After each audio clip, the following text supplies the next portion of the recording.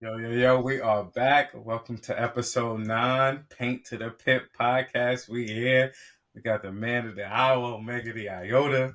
We got my bro Jason in the building. I'm your boy Dwayne, Paint to the Pit. Hope y'all had a great, healthy Thanksgiving. We are back. How was y'all Thanksgiving before we kick it off quickly? How was y'all Thanksgiving? Everything was good? Very filling, bro. That's fire. That's fire. I think you said something, bro, but I didn't hear you. Pretty good. That's fire. That's fire. So, as a part of our Thanksgiving weekend, we had Survivor Series War Games over this weekend. Great event, I thought. In Canada, we had 5 matches. The first match was the Women's War Game match, where we saw Rhea Ripley, Bianca Belair, Bayley, Naomi, and Io Sky defeat Nia Jax, Candice LeRae, Liv Morgan, Raquel Rodriguez, and Tiffany Stratton. Our second match saw Shinsuke Nakamura defeat LA Knight for the U.S. Championship. Our third match, we saw Braun Breaker retain his Intercontinental Championship against Ludwig Kaiser and Sheamus. The fourth match, we saw Gunther defeat Damian Priest. Another interference from Finn Balor, which I thought we was past that. And then the final match, I think the match of the hour, saw the OG bloodline of Roman Reigns, not Solo Sikoa. See, he's still on that OG bloodline to me. But Roman Reigns, Sami Zayn, the Usos, Jimmy and Jay, and they teamed up with CM Punk to defeat the new bloodline of Solo Sikoa, the Tama guys, those guys who, the Tongas. Yeah, Bronson Reed, big Bronson Reed, who I like his look with them so much. And then obviously who we all may consider the star of that team in the future, star of the company, the Simone Werewolf, Jacob Fatu. So, Jay, based on all of those matches or just the event in general, tell me how you felt about it. I'm gonna start off giving it like a 7 out of 10. I felt like everything that happened was kind of just, it was like as expected, like they didn't really try to throw any wrenches in there this time. I felt like it was just clean matches straight through. There was no surprises like we seen last year, right, with the return of Randy and CM Punk. But yeah, that kind of just, I don't want to say like it ruined it for me, but just based off the fact of how they've been running Survivor Series lately, I'm like, okay, like maybe something different's gonna happen. Maybe Rock shows up, or I was a little surprised that the LA Knight lost. I do like Shinsuke. I like his gimmick so far. It just seemed like really fast. Like it just happened too fast. I was like, oh, Shinsuke's back, new gimmick, and then put the belt on him like instantaneously. So that was really the only surprise for me.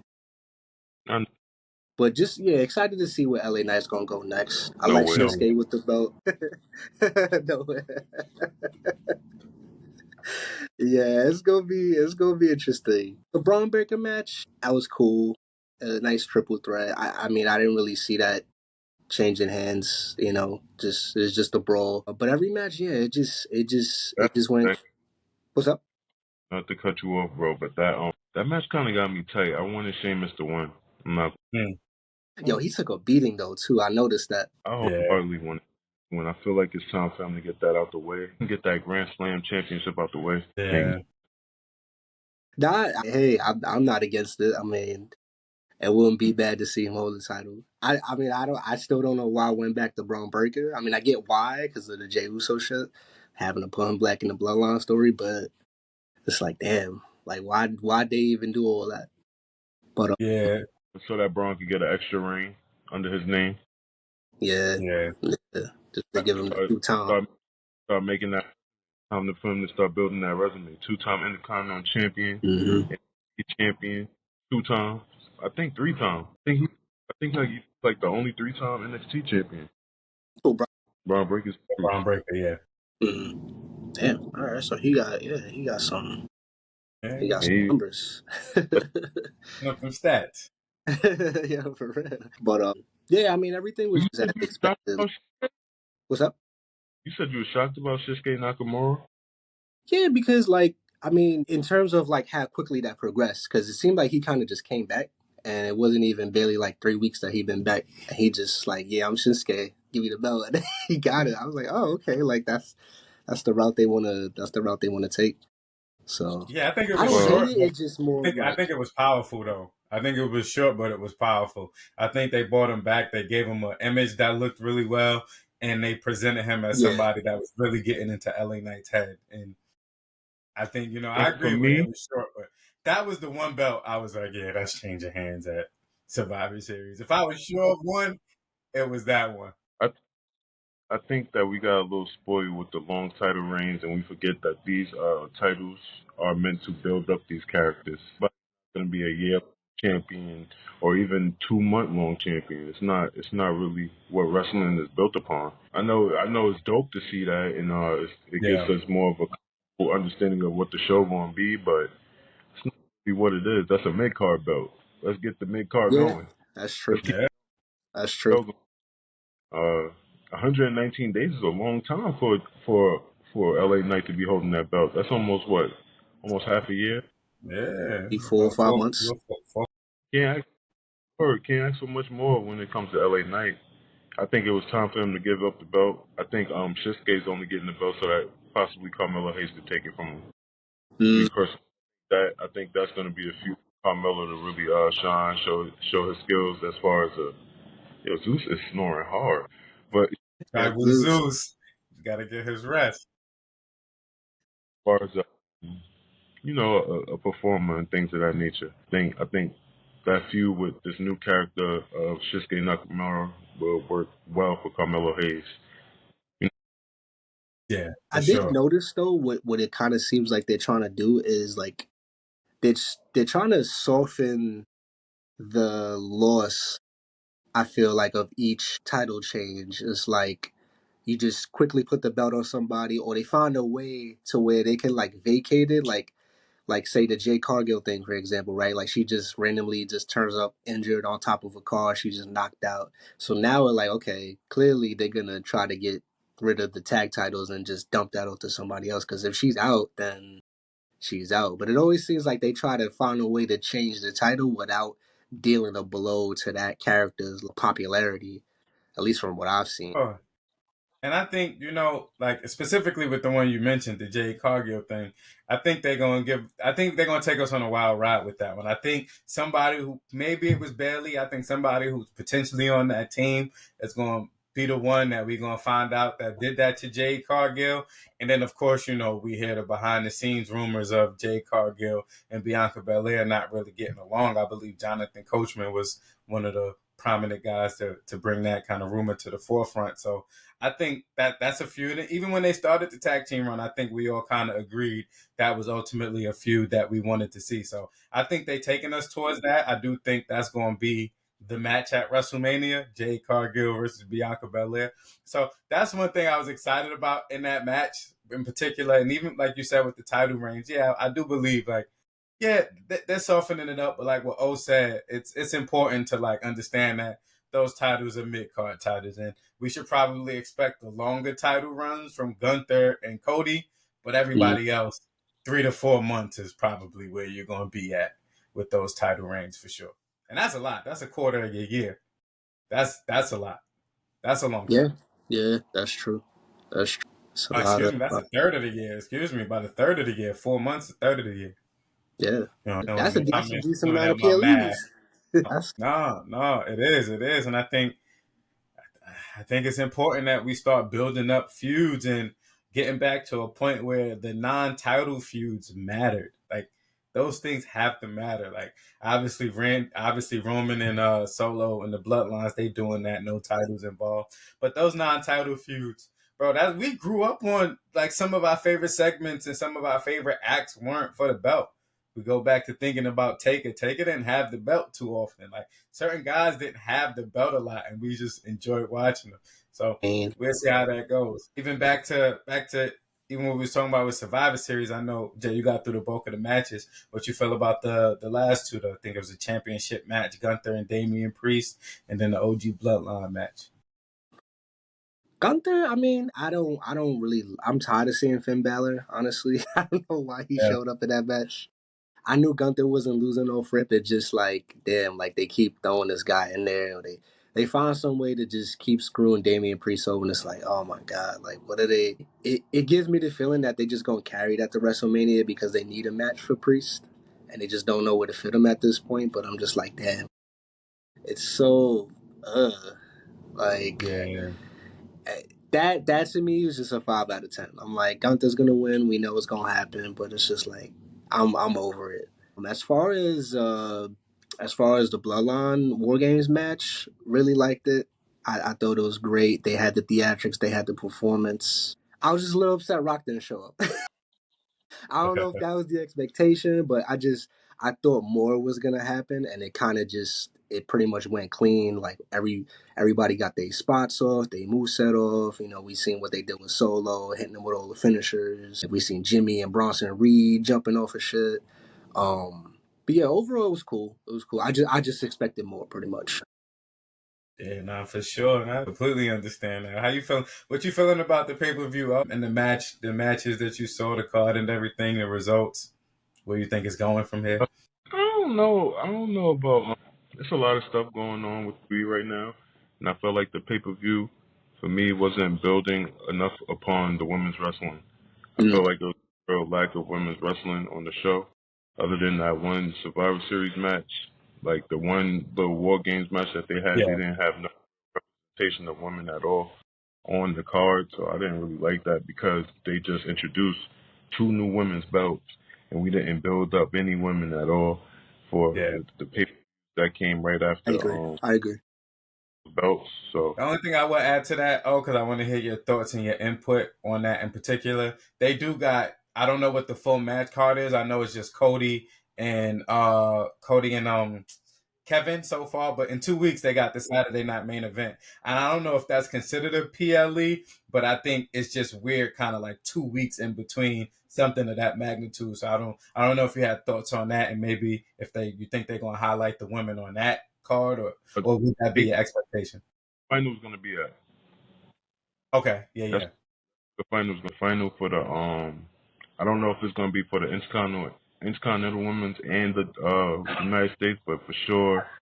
Which one do SmackDown have again? I kind of had a brain I fart. I think, think I nah, said you it had the good. U.S. US, yeah. So the US one for sure is gonna be on Saturday. I don't know what they're doing with the women's Intercontinental belt. I don't even know who's like in the tournament.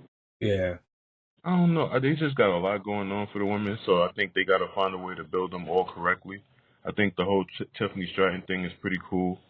That's one of the main things I really hope to see, that she captures some type of belt. Yeah, some type of belt. I think it'll be important for her.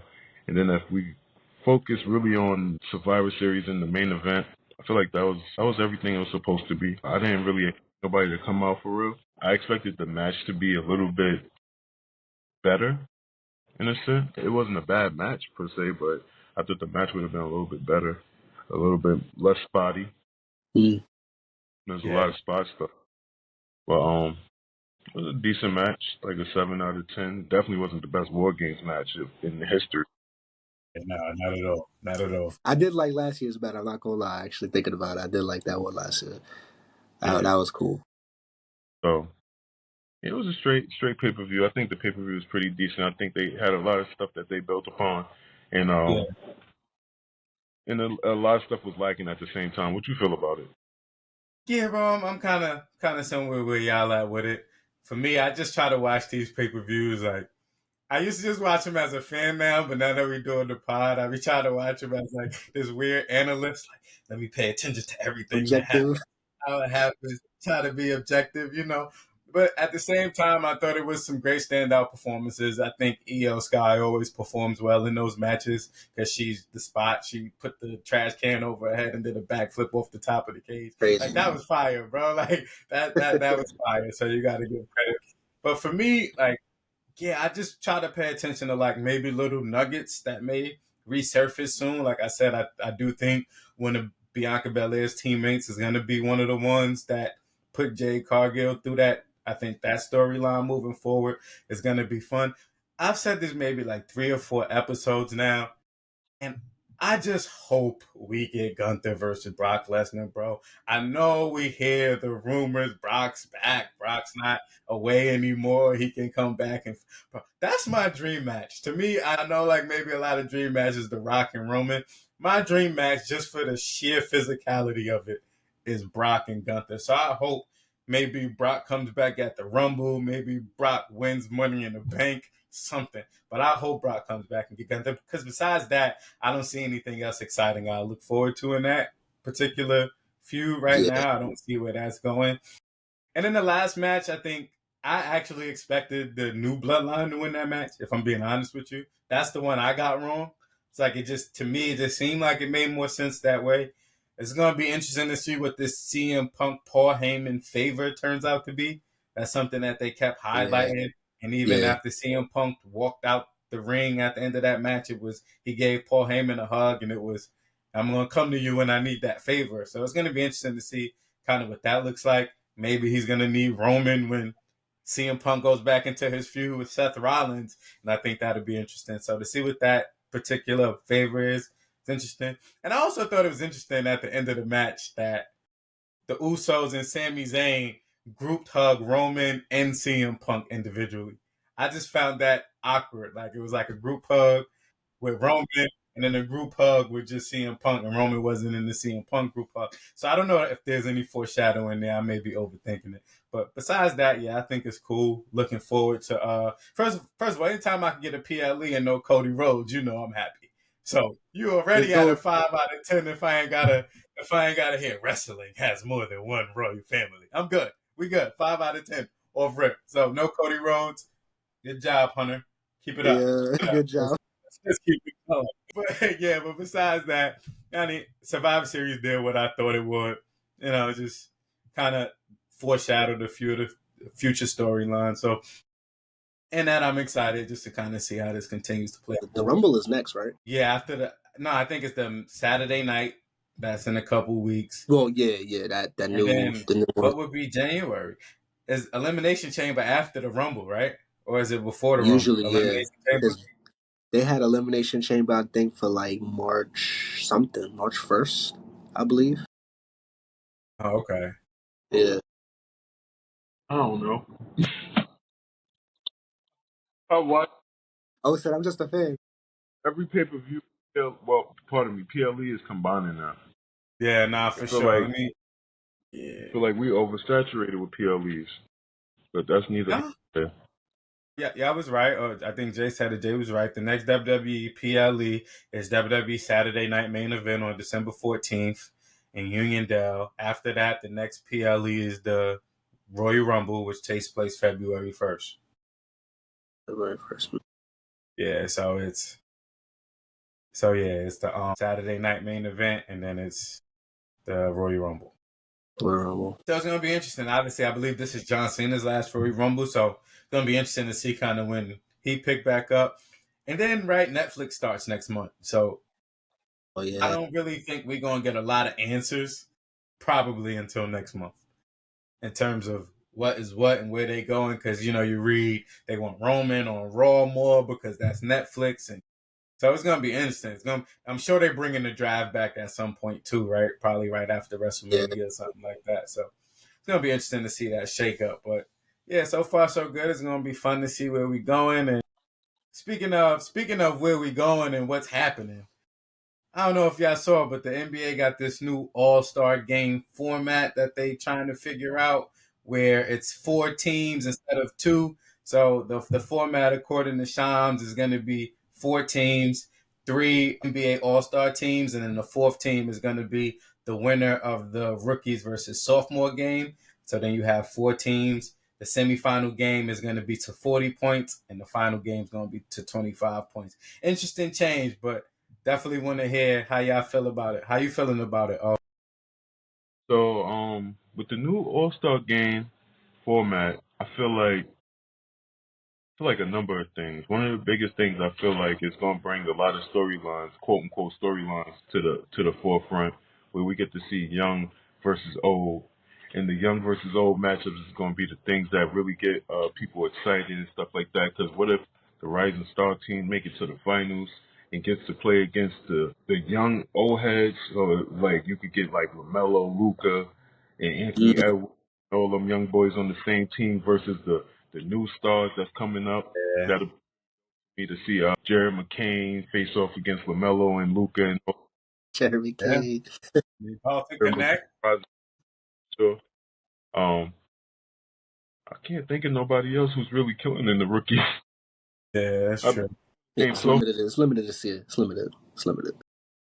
but that's one thing I could really say about the format. I think the format is going to bring a lot of competitiveness. I think it's going to bring. It's going to be a. I don't know how effective it will be, but I think it will be effective in the sense of bringing old fans back to see what they got going on, and then bringing new fans to the game as Yeah. well. I think it's just the competitiveness. I think that's going to be really, really high due to the new format. I think the competitiveness should rise a little bit more than what we used to.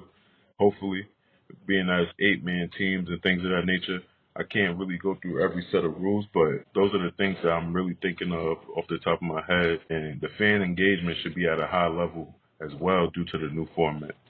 The fan engagement should be at a high level. The entertainment value should be at an all-time high.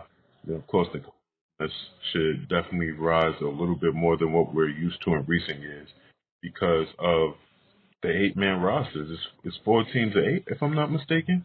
Yeah, 4 teams of 8. Yeah. 4 teams of 8. That's lit. That's lit. That's what we asked for. That's basketball right there. Get your little 4 teams of 8. It's 8-man rotation. Game 4. Who gonna win? Throw the ball up. I like it. How you feel about it, Dwayne?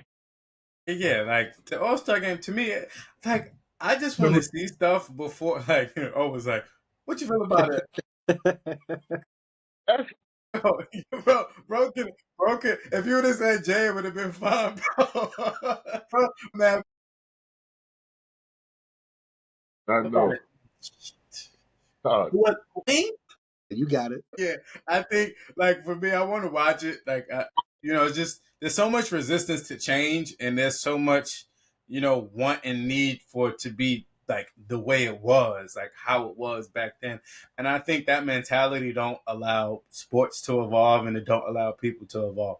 Like if you Mm. know these guys are gonna play that game in a particular way because they're trying to avoid injuries, and you can see like prior to the All-Star game how many guys are dealing with injuries. Like a lot of guys, I'm sure almost all guys use those 4, 5, 6, 7 days to like rest up, get ready for the next second half of the season and stuff. But there's so much resistance to change in anything that people, before they even see it play out, before they even see how they feel about it, they're already downing it. They're already, trashing the idea. It's like, see it first. Like, notice these teams compete harder in the NBA Cup games. You can watch those games and see it.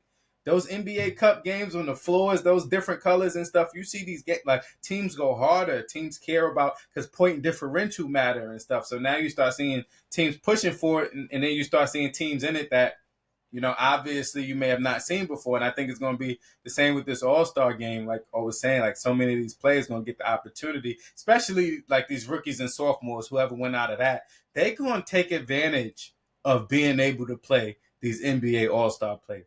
They're not Mm. going to be taking possessions off. They're going to be hustling. They're going to be going after every ball, trying to block every shot, go for every steal, be in every passing lane. And I think that in itself is going to make it fun. I'm excited to see what it's like. I'm excited to see how the team draft process is gonna work because now you got to get super strategic on how you put a team together when you only got 8 players. Like, who gonna be your backup 3 players? So things of that nature. I'm looking forward to it. I think it's something new. It's something fun, and it's something that's gonna, like O said, get everybody excited and talking about the game again because that game was always fun to us growing up. But it's like, we gotta understand that we passed the days of watching players treat that game like it's game 7 of the finals. We just passed those times. And the problem is, like, people want to go back to those times and we're just not there. Stop being so resistant to change. You see all of these guys hurt. Everybody's favorite team got a player to hurt on it that they really feel would be helping their team right now. Almost every team. I don't think there's a team you can name where a fan of that team won't go, damn, if we had him right now, like we'd really be like even if they star players are there, like so many role players are injured. So it's like we gotta take that into account. Like we can't want these guys to play 65 at minimum 65 of 82, then go hard in the All-Star game, and then be fully prepared to win 16 playoff games to win a championship. That's just not realistic anymore. Taxing. It's just not. That is so much basketball. And going back to the episode where O was explaining like what it's like on that circuit, playing AAU ball and playing all of that basketball, you Yeah. can't then still continue to expect these guys to say, hey, I'm going to play 65 of 82. I'm going to kill it in the All-Star game and be ready for the. We saw Anthony Edwards run out of gas at the end of those playoffs last year when they was going up against the Mets, bro. That's just a lot of basketball, bro. And these guys aren't 18 anymore, 19. There's a drastic change from 20 to 25, bro. That's a drastic change in terms of physically. Like that's a drastic change if you have that wear and tear, and you go 25 to 30. It's like it's just a weird thing, and like the discord behind it always bothers me because people just don't want to see change. But I think it's going to be fun. I think it's going to be, if they're doing captains again, I think it's going to be another year of Braun being captain, probably with a KD and maybe a Steph if they're doing lead Yeah. vote getters. But I think it's something interesting. I also kind of read that I think they're thinking about expanding what Steph and Sabrina did last year, and I read somewhere that they was probably thinking about adding Clay and Caitlin, which I think would be fire for entertainment value. Yeah. You bring Yeah. Sabrina, who they just won the championship. Caitlin Clark, the biggest name in the sport. You bring Steph and Clay back together one more time, and it's in the Bay this year, so I think that would be fire if they Yeah. did that. But how you feeling about the All-Star game, bro? Jay? I'm glad y'all said what y'all said because y'all definitely gave me a better perspective on it all. Because I'm a little conservative when it comes to this. If it was truly up to me, I'll do East versus West, and y'all just wear y'all team jersey and y'all ball out. Yeah. I'm the old school way, but I also acknowledge the need for like the idea of change and wanting to see something different and a different product once. But yeah, so it's like everything y'all said. I'm like, damn, like those are good points because you want eyes on the product, right? Like you don't just want your 4 or 5 superstars to be known. You want to expand your eyes to your rookies and your sophomores and these young guys, right? Like you want to see these guys get some burn. So it's like Dwayne said, like those guys that you put in, those young guys, they gonna be hungry. They're gonna want to play harder. They're not just gonna want to just okay, I'm gonna let him score his 15th alley oop of the game. So I like the idea of where this could be. I just need to see it pretty much. I just need to see how this Yeah. first run goes. I think once we see that, we'd be like, okay, like this is something we could really sort of springboard off of and see what we could do with it. Because I do acknowledge that the NBA definitely has a viewer problem, and it's kind of like what we spoke about last week, and the grind, which leads to the injuries, which leads to players being out, and then once you have those players out, it becomes this domino effect, right? Like people don't want to watch, they don't want to go to games, they don't want to pick. Like who wants to go sit courtside to see? I don't know, some random Pat Beverly just throwing up 40 shots Yeah. because X amount of players are and they just out the game. No, that's real. It's tough. It makes it hard to see. So it's like I'm just looking forward to see what they could do with that. I think All Star Weekend is always a good barometer for where it's going to move after, based on what we see, how well they do, what they do in the dunk contest, what they do with the skill challenge. Like you said, with the Steph and the Sabrina thing, like expanding on that, throwing Caitlyn in there because Caitlyn she draws a lot of eyes. We gotta Yeah. be honest, she draws a lot as much Yeah. around her. 100%. She gets people watching, so I'm feeling it. I just gotta wait to see, pretty much. Yeah, no, for sure. And like to me, it's just strange because like it's the only All Star game that we really do that with. When we watch baseball All Star games, we don't ask Paul Skeens or Garrett Cole to go out there and pitch 6 innings in an All Star game. They pitch 1 inning, True. they get up out of there. Next person come in, they get up out of there. NFL All Yeah. Star game, nobody even acknowledges that game, bro. No, nobody acknowledges that game. Now, I think that game happens the week before the Super Bowl, I believe, if that's still the format. So it's like we put all of this pressure on the NBA All Star Game to provide us this high level of entertainment value, and I get it. When we was younger and we was watching the Fire jerseys, or each player had their own jersey for their particular team and stuff like that, we dug it. It was fun. It Yeah. was a great time. It was a great moment. We just not in that moment no more. Just not. Mm-hmm. So even and speaking of like changes and stuff and resistance, we could even transition to like the NBA Cup. You know, I was the last game of the NBA Cup, the regular season NBA Cup, is December 3rd, which is this Tuesday. You know, we Atlanta clinched already, Houston clinched, and Golden State has clinched. So basically, how it works, just to give the fans like the full background, all 30 teams randomly drawn into 5 groups within their conference based on the win-loss record.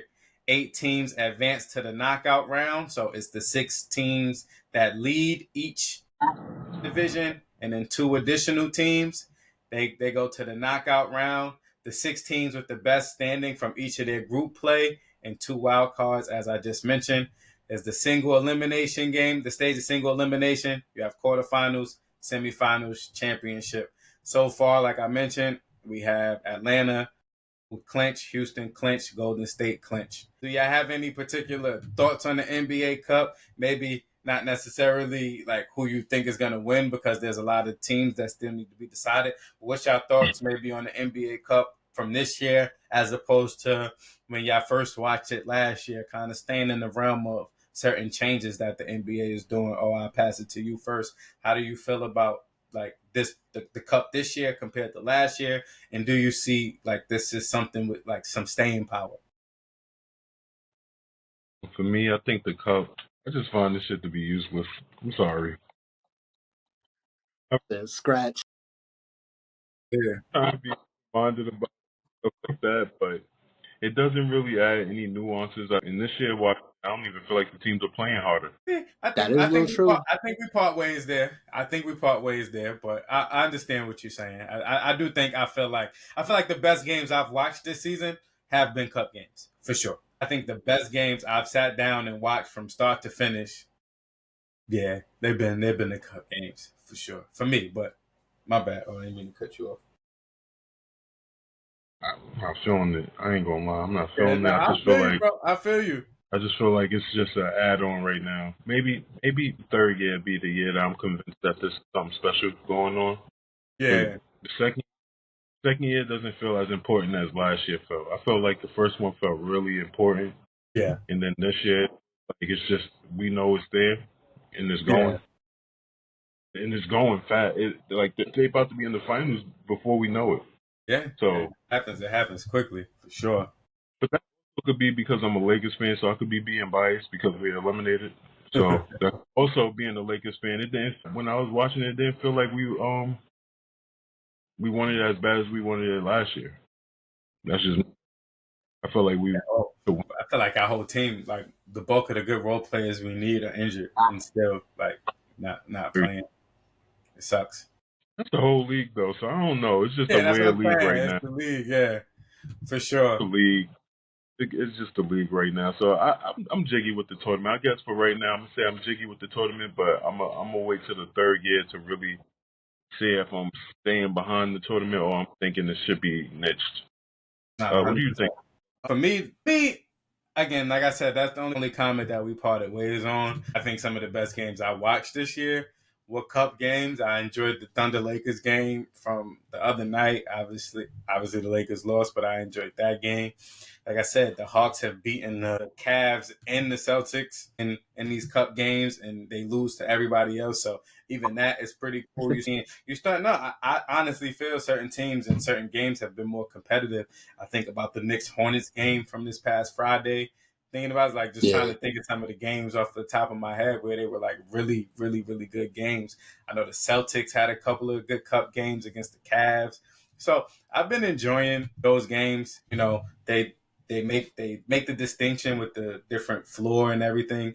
So I've been enjoying those games. I think obviously biasly speaking, Lakers won the first one, so that's always going to be extra history. Bron, the first Cup MVP, but I think as we move on, we're gonna start seeing the cup sort of like how we see these different bowl games in college, or maybe how we start seeing different in-season tournaments in Mm. college. in terms of like, all right, we know this is not the championship, but these things start having impact on a resume in terms of, okay, your team won the cup. Your team, like, it's just another thing. Like before, like blocks, it was at a point blocks didn't matter. Then blocks started, it became a stat, and then steals became a stat, and then this percentage became a stat, and then that percentage. I think that just goes along those lines of like we taking everything into consideration, and the cup is what starts the NBA season off. So I think in their mind they thought this is probably the best opportunity to have all of the players healthy and ready to go. So let's have them early, compete early for something. I think that maybe was the mindset behind it, but you kind of see what happens with that. And I think Phoenix and LA played a couple great cup games too that I've watched. Phoenix blew the Lakers out, I think the last one. But yeah, I think it's been some great cup games. I want to see it continue. I want to see it matter. Like last year, you could tell like that mattered to Braun. I don't know, like certain things I think from a business perspective now, and I think that's probably why he went harder just to put a stamp like, yo, if LeBron James taking this, and that the league been that way for a minute now. If we being honest, if LeBron James is taking something seriously, like the league kind of like LeBron is the leader. LeBron is the face, and he's It been that way. follows it. Even going back to the bubble, I remember Pat Bev said that he was like, everybody was like, "Yo, whatever LeBron decide to do in terms of playing in the bubble or leaving, we gonna do." So I pray that that continues and people continue to take it seriously. But what you feeling about the Cup games, Jay? Um, I'm definitely leaning towards where it always at. Yeah,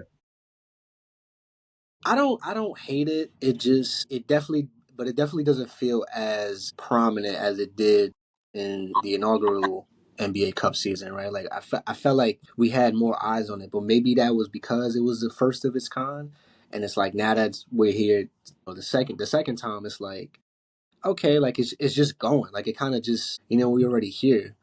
We're already getting towards like the damn near the Cup championship, right? But like my thing is yeah, like, is there incentive for winning? Like, what was yeah, the what yeah. was the prize? I don't know. I believe it was like Was it like playoff related? half a mil or something. No, it's not playoff related. What? I'm finding it now.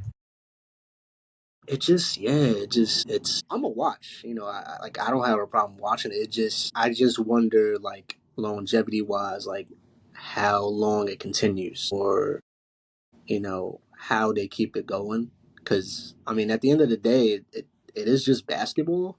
The only thing we're Yeah, really changing is like sort of how the groups form and then what the courts look like. But you win the NBA Cup, you win the NBA Cup, you get your prize yeah. money, and then everyone just goes on about their way. So my The thing is prize like, money is a damn, little like bit over half a mil too.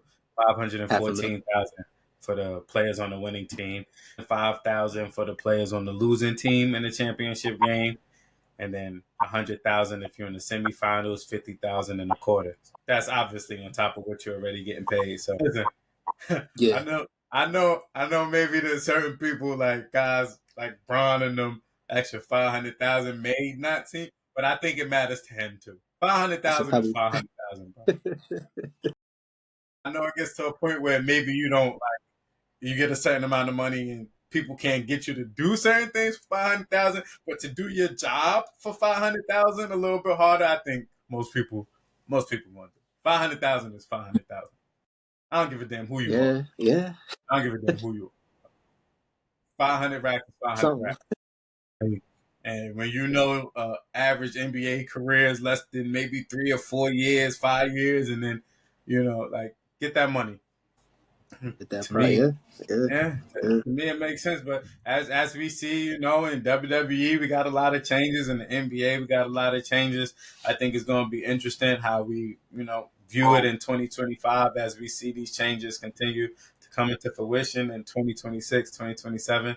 I think it's gonna be fun. I think we're gonna look back at some of our old pods and be like, "Ooh, yeah, I was right about that. Oh, got that one all the way wrong." So I think that's what's fun about podding, right? You Real. get to kind of see the long term vision and stuff. But that's where we'll conclude this episode of Paint to the Pit. Again, I hope everybody had a happy, healthy Thanksgiving, enjoyed their time with their loved ones. Sending my prayers to everyone as we continue to move forward. The next episode we will be recording is December 15th. That's 2 weeks from this today, and that will be the day right after the WWE Saturday night main event.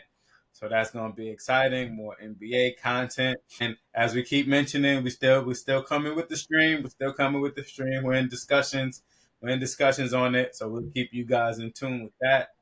And then at the same time, we were in early discussions of maybe streaming live for Royal Rumble, which is February 1st. So we'll keep you in discussions with that. We appreciate all of the likes, the shares, everyone that subscribed. And if you got any ideas for topics or something that you want to hear us talk about, comment on any of our videos and any of our platforms. And we appreciate y'all. And until next time, we out. Later, y'all. Turn this TV off. Turn this TV off. Turn this TV off. Turn this TV off.